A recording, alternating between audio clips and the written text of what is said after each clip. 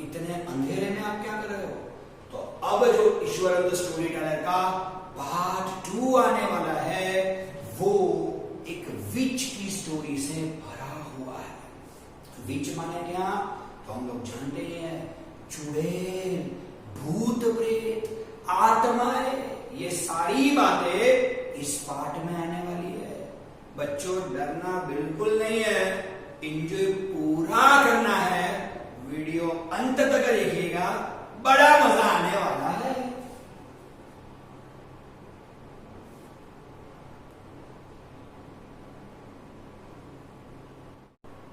चलिए, I will not come between you and the screen. आप PPT को enjoy करिए, लेसन को एंजॉय करिए। तो चलिए शुरू करते हैं पार्ट 2 से। Not a day passed without Ishwaran recounting some story packed with adventure, horror and suspense. अब हुआ क्या? तब होने कुछ इस तरह से लगा है कि जब से उसने वो हाथी वाली बात की है, तब से ईश्वरन बिल्कुल ही ठहरता नहीं है। रोज या रोज जब भी वो लोग डिनर के लिए बैठते हैं, तो कोई ना कोई नई स्टोरी ईश्वरन लेके आ ही जाता है। या तो वो एडवेंचर की स्टोरी होगी, या तो वो हॉरर होगी, या तो कोई सस्पेंस स्टोरी होगी।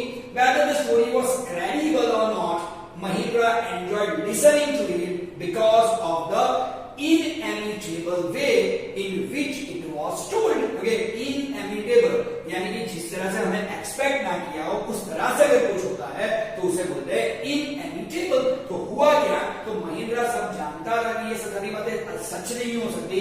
ये यहाँ पे वो थोड़ा बहुत अपना ही ऐड करता रहता है, लेकिन फिर भी जिस तरह से ईश्वरन स्टोरी बताता रहता था, उस तरह से महिंद्रा को ये सारी बातें सुनने में अच्छा लगता था।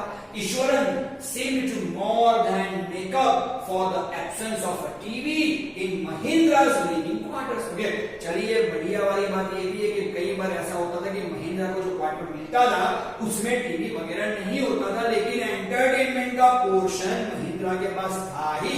और वो एंटरटेनमेंट का पोर्शन अगर कोई उसे देता था तो वो सिर्फ और सिर्फ ईश्वरन ही था। One morning when Mahindra was having breakfast, Ishwaran asked, "Can I make something special for dinner tonight, sir?" अब एक बार जब सुबह में वो लोग ब्रेकफास्ट कर रहे थे, महिंद्रा ब्रेकफास्ट कर रहा था, तब ईश्वरन वहां पे आता है और पूछता है कि सर, आज डिनर में मैं कुछ स्पेशल बनाना चाहता हूं, क्या मैं स्पेशल बना सकता हूं? After all today is an auspicious day. According to tradition we prepare various delicacies to feed the spirits of our ancestors. Okay, अब हुआ क्या? तो उनके पास आता है और इतना ही बताता है कि सर, आज ये जो दिन चल रहे हैं इसे हम बहुत ही ऑस्पिशियस डे कहते हैं, बहुत ही पवित्र दिन मानते हैं। और हमारा ऐसा मानना है कि इस टाइम पे जितने भी हमारे एंसेस्टर्स है, यानी कि जितने भी हमारे फोर फादर्स या पूर्वज है, वो आते हैं और हमारे साथ खाते हैं, यानी कि श्राद्ध पक्ष चल रहा है। ऐसा कुछ महिंद्रा किसको बताता है? ऐसा वो बताता है महिंद्रा को कौन बताता है? ईश्वरन बताता है। That night, Mahindra enjoyed the most delicious dinner and complimented Ishwaran on his culinary skills. अब हुआ क्या? तो उस रात को बहुत ही बढ़िया वाला खाना ईश्वरन ने बनाया। ओके, और ईश्वरन की जो कुलिनरी स्किल यानी कि जो कुकिंग स्किल थी, उसको भी काफी प्रेज मिला महिंद्रा की तरफ से। He seemed very pleased, but unexpectedly launched into a most garish account involving the supernatural. वैसे वो रात बढ़िया जा रही थी, लेकिन अचानक ही क्या हुआ? तो अचानक ही उसने सुपरनेचुरल यानी कि अलौकिक घटनाओं के बारे में बात करना शुरू कर दिया। और वो भी किस दिन? जिस दिन श्राद्ध का दिन था, जिस दिन हमारे एंसेस्टर्स की आत्माएं हमारे साथ खाने को आती है। उसी दिन पे ईश्वर ने क्या शुरू किया? बिल्कुल सुपर नेचुरल इंसिडेंट्स के बारे में बात करना शुरू किया। अब उसकी बात करने की स्टाइल देखिए। You know sir, this entire factory area we are occupying was once a burial ground. He started. अब उसने बात की शुरुआत किस तरह से की कि सर, आपको मालूम है जिस जगह पे हम लोग ठहर रहे हैं ना, जिस जगह पे अभी हम बैठे हैं ना, जिस जगह पे हमारी फैक्ट्री है ना, वो जगह एक जमाने में कब्रिस्तान हुआ करती थी। आसपास के लोगों ने मुझे बताया ये तो बहुत बड़ा कब्रिस्तान था। कब्रिस्तान को हटा के यहाँ पे फैक्ट्री डाली जा रही है। ऐसा नहीं करना चाहिए। Mahindra was jerked out of the pleasant reverie he had drifted into after the satisfying meal। अब उस टाइम पे वो तो आराम से महिंद्रा अपनी चेयर में बैठा हुआ था। जैसे ही ऐसी बात की महिंद्रा ने कि ये जगह तो एक कब्रिस्तान की तरह है, वैसे ही वो जर्क ऑफ, वैसे ही वो बिल्कुल उठ खड़ा हुआ उस चेयर से। जितना भी बढ़िया वाला डिनर उसने दिया था सब कुछ वहां पे फेड अप हो चुका था। I knew on the first day itself when I saw a human school lying on the path. और वो बताता है महिंद्रा को कि सर आप हम लोग जब पहले दिन यहाँ पे शिफ्ट हुआ थे ना, तभी से मुझे तो मालूम था कि ये 100% कब्रिस्तान ही होगा। क्यों? क्योंकि मुझे तो रास्ते में ह्यूमन स्कल, ये वो खोपड़ी वगैरह मुझे वहां से मिल चुका था। Even now I come across a number of skulls and bones. Ishwaran continue, Ishwaran वो भी बताता है कि सर मैं क्या बताऊं, ऐसे ह्यूमन स्कल्स और लोगों की हड्डियां और खोपड़ी वगैरह बार बार मिलता रहता है। कभी कभार तो हम लोग जहां पर रहते हैं उसके पिछले इलाके से भी ये सारी चीजें मिलती रहती है। तो इस तरह से ईश्वरन ने बात करना शुरू कर दिया। अब देखते हैं आगे क्या होता है। He went on to narrate how he sometimes saw ghosts at night। और उसने बताया कि सर आप तो बड़े मजे से टेंट में जाके सो जाते हो, मैं तो टेंट के बाहर सोता हूँ। होता क्या है, रात को आसपास बहुत सारी आत्माएं घूमती रहती है। आप बाहर मत आना, आप तो डर ही जाओगे। I am not easily frightened by these things. और मुझे तो ऐसी चीजों से कोई डर वर लगता नहीं है, मैंने तो बहुत सारी चीजें देखी हुई है। लेकिन सर आप मत बाहर आना, आप तो डर ही जाओगे। I am a brave fellow, but one horrible ghost of a woman which appears off and on at midnight during the full moon, it is an ugly creature। लेकिन सर एक दो दिन से कुछ ऐसी बातें हो रही है कि मैं भले ही इतना ब्रेव हूं, मैं भी डर जाता हूं। महिंद्रा बिल्कुल स्टन हो गई उसके सामने देख के बोलता है ऐसा क्यों, ऐसा क्यों हुआ?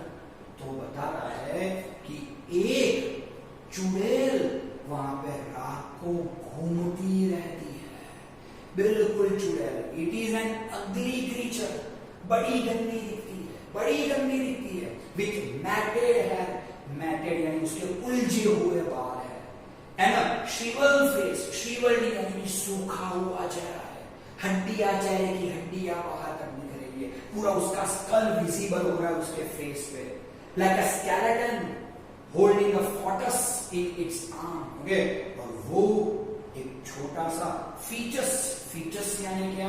तो फीटस यानी जो भ्रूण जिसे बोलते हैं, वो छोटा सा बच्चा जो जन्मा नहीं है, वो अपने कंधे पे लेके वहां घूमती रहती है। बस उसे देख के मुझे बड़ा डर लगता है। Mahindra shivered at the description and interrupted rather sharply।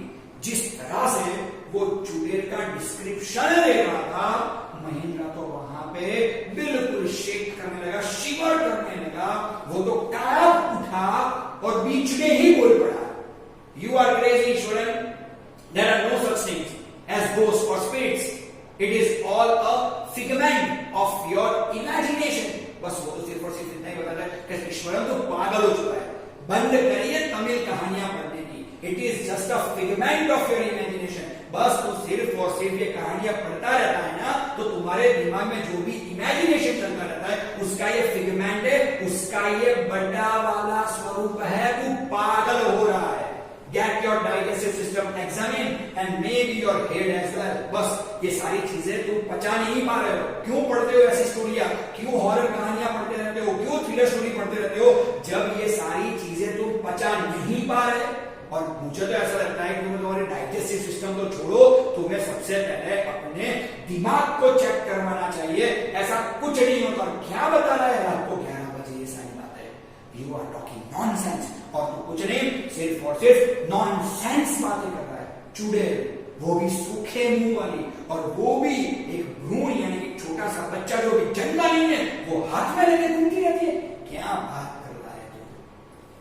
He left the room and retired for the night, expecting Eswaran to skulk for a couple of days. Okay? बस वहां से ईश्वरन बस इतनी चीज सुन के ईश्वरन वहां से बाहर चला जाता है, क्योंकि इतना गुस्सा तो कभी भी महेंद्र ने ईश्वरन पे किया नहीं। अब महेंद्र को लगता है कि बस 2-3 दिन तक ईश्वरन अपना मुंह सुजा के बैठेगा। यहाँ पे सल्क माने मुंह सुजा के बैठना, ओके, या कि किसी भी बात को हमें बुरा लग जाए तो हमसे बात नहीं कर रहे, तो महेंद्र को लगता है कि चलो कोई बात नहीं, ओके, अब 2-3 दिन तक ये कोई बातें नहीं करेगा और ऐसी पागल जैसी कहानियां भी नहीं बताएगा मुझे। But the next morning he was surprised to find the cook as cheerful and talkative as ever. अब कई बार ऐसा हुआ है कि जब भी कभी महेंद्र ने उस पर गुस्सा किया है तो एब्सोल्युटली ईश्वरन ने मुंह सुजा लिया है। लेकिन कल रात इतना सारा गुस्सा महेंद्र ने उन पे किया, लेकिन ईश्वरन का मुंह बिल्कुल नहीं सूजा हुआ, ओके, उसको बिल्कुल बुरा नहीं लगा। दूसरे दिन पर बिल्कुल चीयरफुल, बिल्कुल टॉकेटिव था, okay. From that day on Mahendra for all his brave talk went to bed with a certain unease। बस उसके बाद उसने सोच लिया कि भाई कोई भी ब्रेव टॉक को करेगा, लेकिन उसमें सेंस होगा तो ही वो सुनेगा, अगर सेंस नहीं है तो वो सुनेगा नहीं। Every night he peered into the darkness through the window next to his bed, trying to make sure that there was no movement of dark shapes in the vicinity। विंसिटी यानी आसपास का जो एरिया रहता है वो, ओके, बार बार जहां पे महेंद्र सो जाता है टेंट में, उसके ऊपर एक खिड़की ऐसा है, खिड़की के बाहर वो उठ खड़ा होके बार बार देखता रहता है कि जो बात, जो चुड़ैलों की, जो भूतों की या घोस्ट की या स्पिरिट्स की जो भी बात ईश्वरन करता था, क्या ऐसी कोई चीज आसपास घूम तो नहीं रही ना। लेकिन यहाँ ऐसी कोई भी चीज आसपास नहीं घूम रही थी। But he could only see a sea of darkness with the twinkling lights of the factory miles away। बस सिर्फ और सिर्फ अगर देखा जाए तो घोर अंधेरा वहां पे छाया हुआ था, और तकरीबन 1 माइल दूर उनकी जो फैक्ट्री थी, उनकी लाइट्स टिमटिमा रहती थी और कुछ नहीं था वहां पे। He had always liked to admire the milk white landscape on full moon nights, okay, उसे बढ़िया लगता था जब भी कभी फुल मून होता था तो ज्यादातर महेंद्र को बहुत पसंद था, क्योंकि जो चांद की रोशनी, ओके, जो जमीन पे पड़ती है उसे देखना उसे बड़ा पसंद था महेंद्र को। But after hearing Eswaran story of the female ghost he avoided looking out of his window। लेकिन अब जब भी कभी फुल मून आता है तो वो इतना डर चुका है ईश्वरन की बातें सुनकर, उस औरत की बातें सुनकर, कि फुल मून पर तो वो खिड़की से बाहर तक नहीं झांकता। जो चीज उसे देखनी बड़ी पसंद थी, घंटों बैठकर जिसकी तरफ वो देखा करता था, वो चुड़ैल वाली बात सुनकर उसने कभी भी, जब भी कभी फुल मून रहता है, वो अपनी विंडो से भी बाहर झांकना पसंद नहीं करता। One night, Mahindra was woken up from his sleep by a low moan close to his window। अब एक रात की बात है, एक रात पे हुआ क्या, तो अचानक ही कोई कुछ इस तरह की आवाज आई कि वैसे महेंद्र जब सोते हैं तो सुबह में ही उठते हैं, लेकिन कुछ इस तरह की आवाज आई जो पहले कभी भी नहीं आई थी, और वो आवाज सुन के महेंद्र चौंक कर जाग जाते हैं। देखते हैं क्या हुआ क्या नहीं। At first, he put it down to a cat prowling around for mice। सबसे पहले उसे ऐसा ही लगा कि यार कोई कैट वगैरह होगी और वो माउस के पीछे दौड़ रही, वो टॉम एंड जेरी जैसा कुछ चल रहा होगा। But the sound was too guttural for a cat। लेकिन जिस तरह के साउंड, वो गले वाली जो आवाज होती है उसे गटरल साउंड बोलते हैं, वो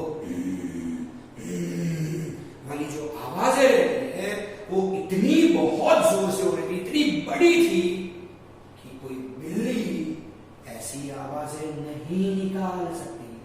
He resisted the curiosity to look out lest he should behold a sight which would stop his heart.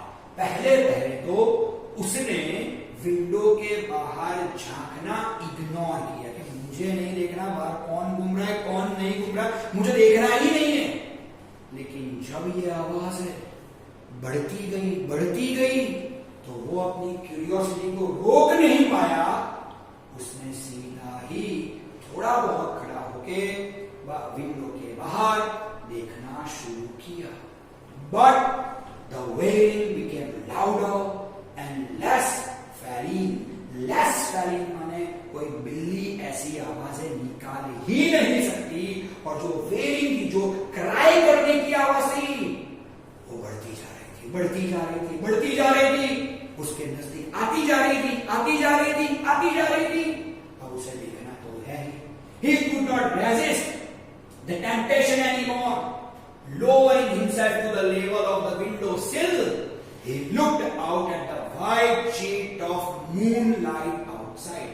उसने बस अपनी क्यूरियोसिटी, अपने टेम्पटेशन को रोक ही नहीं पाया।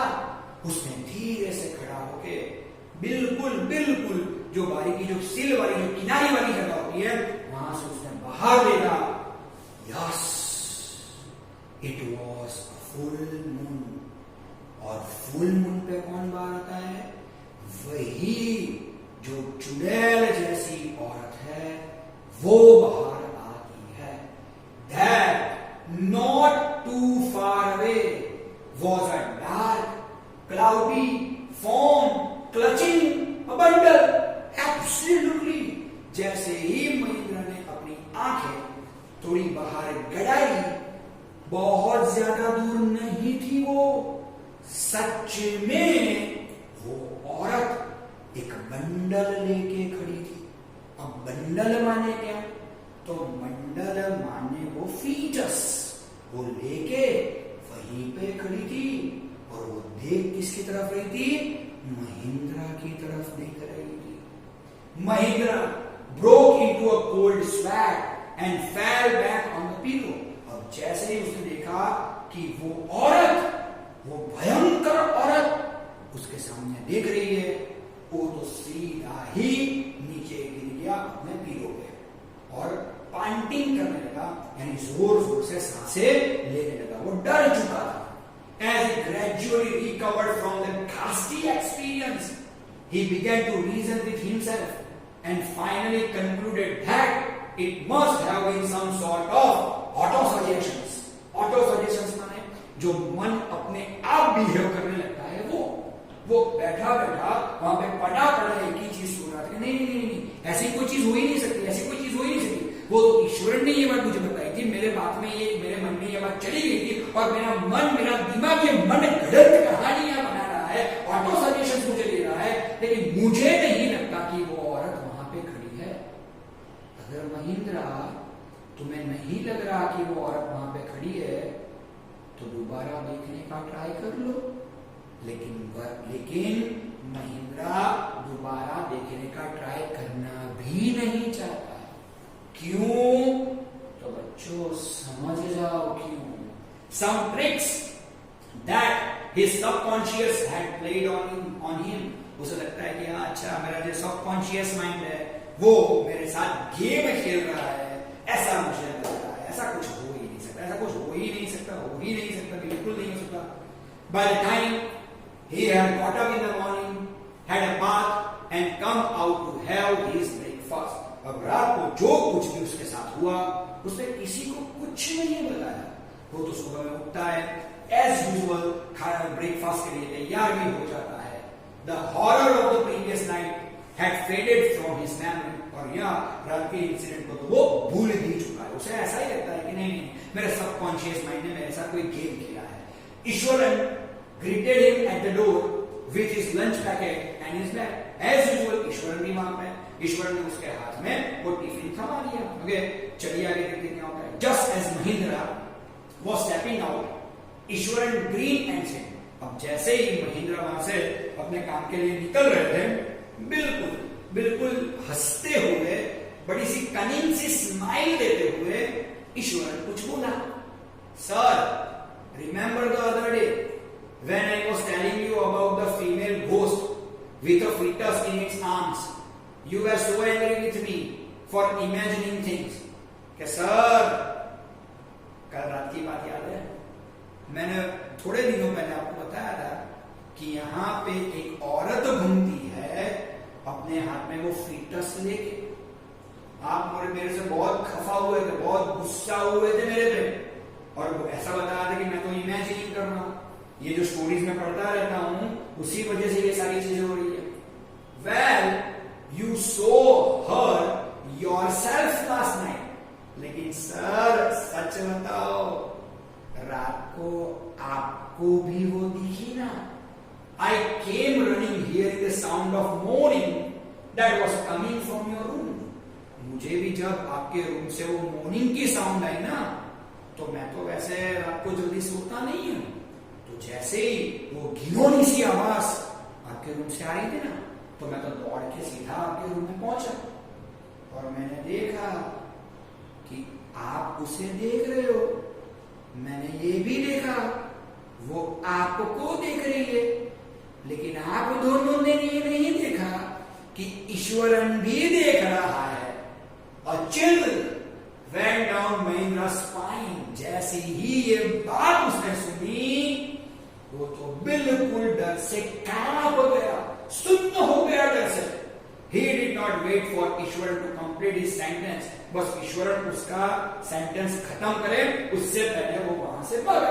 He hurried away to his office and handed in his papers, resolving to leave the haunted place the very next day। और वहां जाके उसने एक लेटर एप्लीकेशन पे दे दिया कि मुझे यहाँ पे नहीं रहना, मुझे यहाँ से जाना है, और कुछ भी करके महेंद्र ने वहां से अपनी बदली कहीं और करा दी। Absolutely, that was the end of the story। Yeah, it was quite horrible, लेकिन सुनने में मजा आता जरूर है। लेकिन इतना समझ लीजिए, ऐसी कोई बातें होती नहीं है, ये सिर्फ और सिर्फ मनगढ़ंत कहानियां हैं। और हम लोग तो शहर के वासी है, यहाँ पे ऐसा कुछ हो ही नहीं सकता। शहर के सबसे बड़े घोस्ट हम खुद है भाई, तो हमारे यहाँ पे ऐसा कुछ हो ही नहीं सकता। चलिए, भगवान का नाम लेते रहिएगा।